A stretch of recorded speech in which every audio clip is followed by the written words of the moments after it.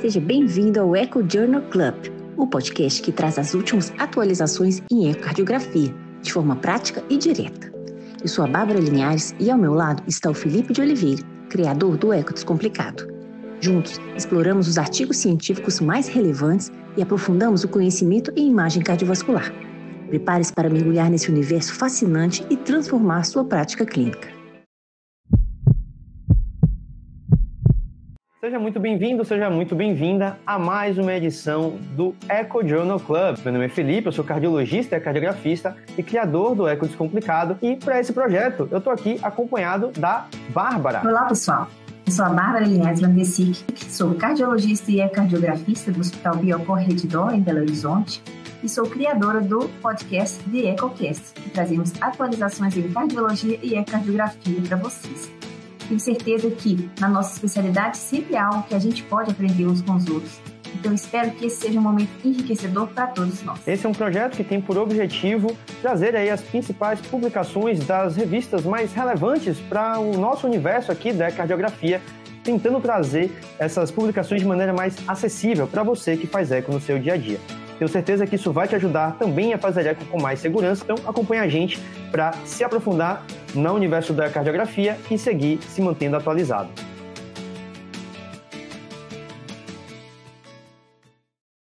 Bárbara, eu soube que você trouxe agora uma revisão quentinha saindo do forno aí para a gente discutir hoje. Conta para a gente qual foi o artigo que você separou para o Echo Journal Club de hoje. Bem, esse artigo de hoje é sobre estratégias de imagem do eco transesofágico intraoperatório na dissecção de aorta tipo A. Então, a gente vai fazer então uma abordagem contemporânea. Todo mundo sabe que a dissecção de aorta tipo A é uma emergência cirúrgica, cardíaca, crítica, que tem alto risco de mortalidade. Então, esse estudo mostra os principais insights sobre o que o ecocardiografista que faz transesofágico, principalmente ele fala aqui no intraoperatório, tem que fazer para melhorar os resultados dos pacientes. Então, o que a gente tem que aprender? Fazer com transesofágico e mostrar para o cirurgião. Bem, fazendo uma introdução aqui, a dissecção aórtica, apesar de rara, eles falam no artigo de 4 a 30 casos por milhão, frequentemente afeta pacientes mais jovens, a mortalidade de 12% a 40% em 30 dias para esses pacientes cirúrgicos, e sem tratamento é 1 a 2% por hora de mortalidade depois do início dos sintomas. O diagnóstico por angiotomografia, obviamente, é o padrão ouro inicial, mas o transesofágico é indispensável, e o artigo fala que o transesofágico é indispensável no intraoperatório, apesar de não ser a nossa realidade aqui, né? Então, essa revisão faz uma abordagem contemporânea aí do transesofágico no intraoperatório para melhorar os resultados desses pacientes com dissecção, Então, quais são os objetivos do transesofágico que a gente faz antes do paciente entrar em SEC? Primeiro, a gente vai confirmar o diagnóstico, ou seja, o paciente é sedado, está ali entubado, a gente vai identificar o retalho da dissecção, onde que a dissecção se começa, onde que havia a ruptura de entrada, qual que é a extensão da dissecção, se é só aorta ascendente, se é descendente, se tem aorta abdominal também.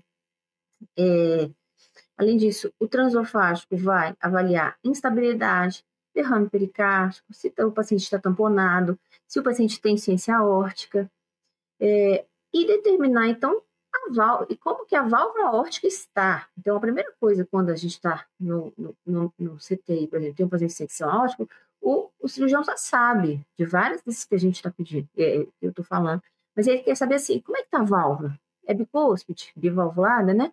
Ele pergunta na hora, então a gente tem que saber determinar a função da válvula, a gravidade e o mecanismo da insuficiência. Para mim, é um dos principais objetivos nosso disso aí. Além disso, a gente tem que também analisar o fluxo vascular. Então, os vasos ramificados abdominais e identificar para o cirurgião o homem verdadeiro para que ele possa canular ali e ter uma cirurgia com evolução aceitável, né, para esse paciente. Então, confirmação do diagnóstico ao transesofágico, a gente vai fazer no intraoperatório, ou seja, a dissecção é um rasgo na íntima, todo mundo já sabe, cria um homem verdadeiro e um homem falso, separados, então, por um retalho, né, intimal ali. Então, a identificação desse rasgo na aorta proximal é crucial para o cirurgião, porque impacta na decisão cirúrgica, né? Se vai ser um conduto, se a extensão do conduto, extensão da cirurgia, né, em si. E as vantagens do transesofágico, obviamente, são: ele é muito disponível, a gente vai, leva o aparelho e a sonda onde for, a gente fica avaliando continuamente e tem uma capacidade muito melhor que a angiotomografia, obviamente, de avaliar a válvula aórtica e a dinâmica da válvula aórtica. As desvantagens são os pontos cegos, aquelas quando a gente está ali na interseção ali, um pouco mais alto, esôfago alto, né, na interferência da traqueia e do bronco principal esquerdo, e algumas vezes para ver a aorta abdominal, mas isso às vezes não é tanto desafio, não. Então, a figura 1 do artigo mostra aí uma visão de esôfago médio, de eixo longo, que aqui é muito fácil de ver o falso lúmen, o lúmen verdadeiro, o início do rasgo, o flap de dissecção, enfim. No 120 graus aqui a gente já consegue fazer vários diagnósticos e várias conclusões a partir dessa imagem. O artigo fala, então, que o transesofágico no intraoperatório serve também para monitorização hemodinâmica, obviamente. Fazer um diagnóstico de tamponamento cardíaco. O artigo fala que nós, ecocardiografistas, vamos fazer o diagnóstico de tamponamento cardíaco como? Vendo colapso diastólico do ventrículo direito, colapso sistólico do átrio direito por mais de 1/3 do ciclo cardíaco e associada à dilatação da veia cava a mais de 2 centímetros. Esses são os parâmetros que eles acham que são úteis nessa avaliação de tamponamento. Além disso, o eco transesofágico no intraoperatório também ajuda na avaliação de isquemia miocárdica. Por quê? A isquemia miocárdica pode acontecer em 3 a 5% na dissecção aguda. Pode, inicialmente, a gente ver alteração segmentar, ou a gente vê falha de perfusão em algum órgão, em algum membro, mas pode ser progressivamente isso acontecer. E os mecanismos de isquemia miocárdica são a extensão da dissecção para a raiz proximal dos ossos coronários. Então, isso aí é muito importante e é um dos mecanismos que torna tão letal, né? O paciente infarta e morre também na dissecção. Bem, para mim, a parte mais importante do transesofágico no intraoperatório é guiar o cirurgião para o reparo ou substituição da válvula aórtica. E a nossa obrigação é falar sobre os mecanismos da essência aórtica. Como assim? Quais pontos que a gente tem que falar? Existe dilatação da raiz da aorta? Existe extensão do retalho da dissecção para baixo da junção sinotubular, ou seja, o cirurgião vai ter que ter uma cirurgia mais ampla para baixo, para perto da via de saída? Existe uma intussuscepção do retalho, do flap, na via de saída do ventrículo esquerdo? Isso tudo a gente tem que mostrar. Existe também um hematoma na raiz da aorta que distorce o aparelho valvar aórtico. Existe ruptura estendendo-se pelas comissuras e pelos folhetos, então a dissecção é mais abaixo, que pega ali as comissuras e os folhetos.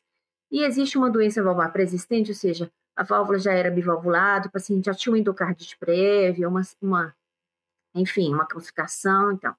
E quais achados, então, que favorecem o reparo, que a gente tem que saber? A ausência de doença intrínseca da válvula, ou seja, a válvula anatomicamente normal, o paciente secou e atingiu sua válvula ali secundariamente, sem lesar a anatomia dela. Favorece também o reparo cirúrgico, quando a intussuscepção do retalho que causa a insuficiência, ou seja, só aquele flap que desaba ali a válvula, mas o cirurgião consegue reparar aquilo. E quando existe somente dilatação ou distorção do anel como causa da insuficiência aórtica. Então, ele consegue fazer uma plastia ali, reduzir o anel e corrigir essa insuficiência aórtica sem ter que trocar a válvula.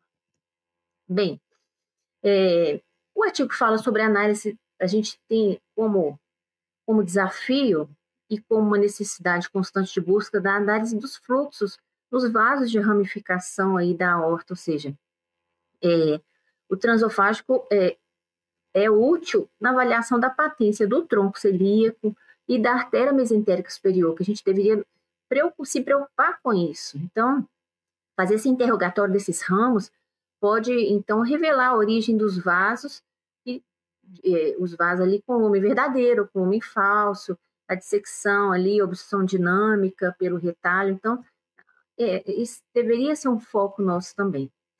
Aqui a gente consegue ver, na visão da aorta abdominal, ali a 1 hora ali, nesse corte a 0 graus, né?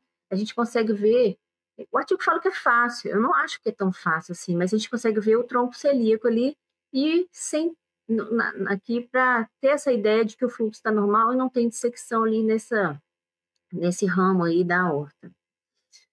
Aqui o artigo traz essa figura 3, que é uma dissecção tipo A, com flap circunferencial e com essa imagem de tanto do 45 graus quanto do 120, 130 graus, mostrando que a dissecção entra nas coronárias, então que as coronárias estão sendo perfundidas pelo falso lume.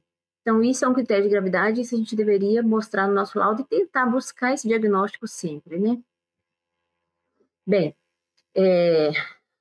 o artigo, então, fala que a identificação do lume verdadeiro é essencial, ou seja, ao olhar a aorta ali, naquele corte transversal, no eixo curto, o lume verdadeiro aparece, então, como um círculo menor, igual a gente vê aqui na imagem, mas ele é bem definido.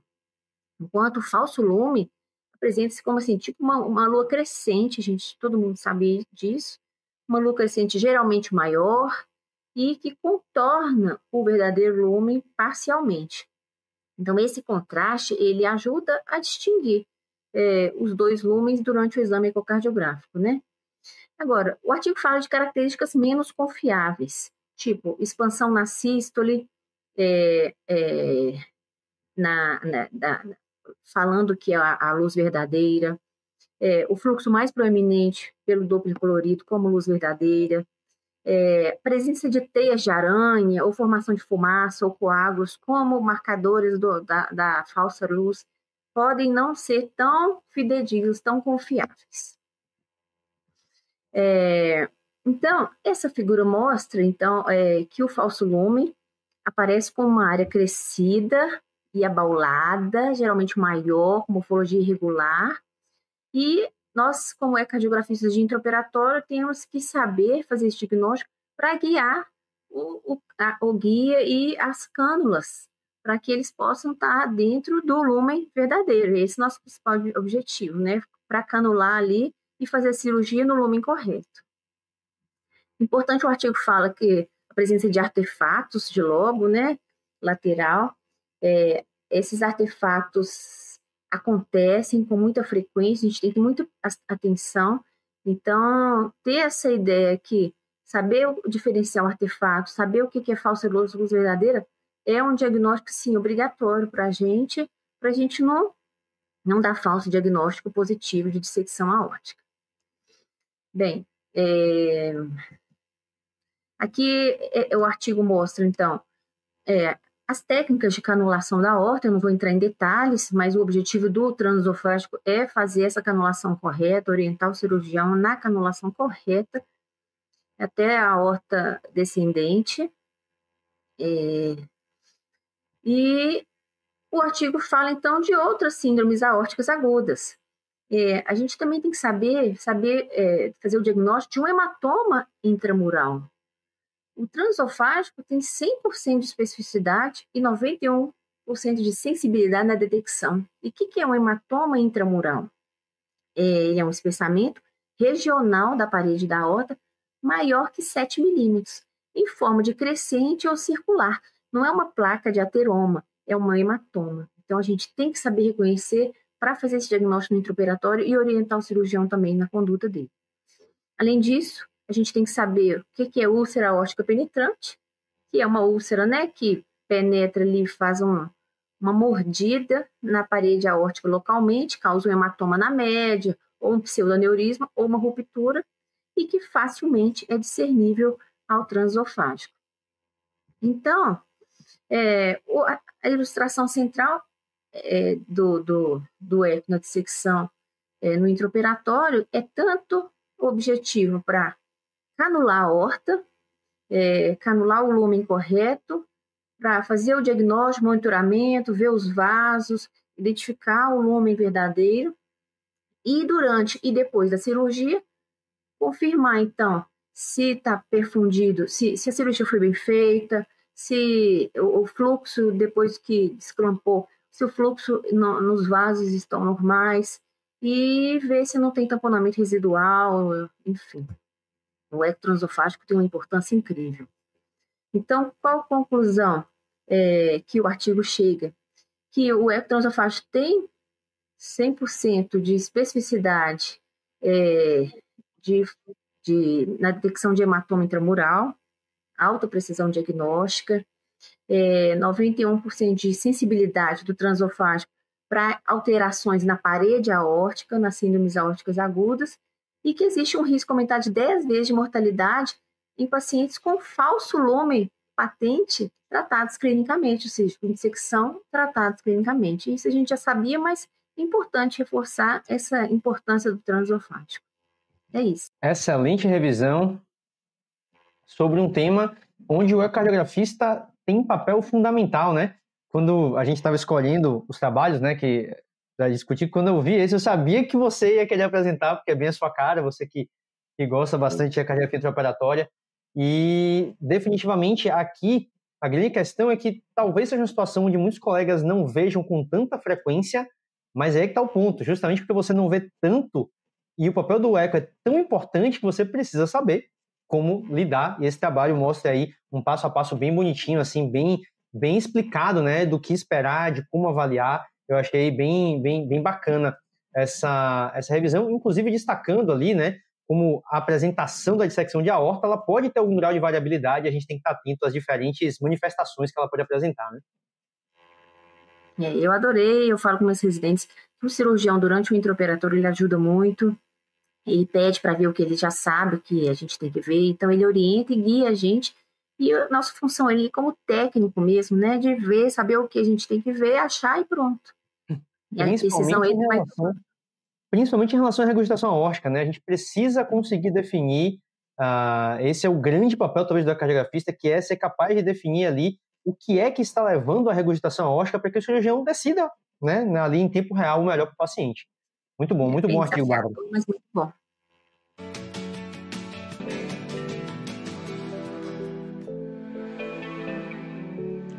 Obrigada por nos acompanhar no Eco Journal Club.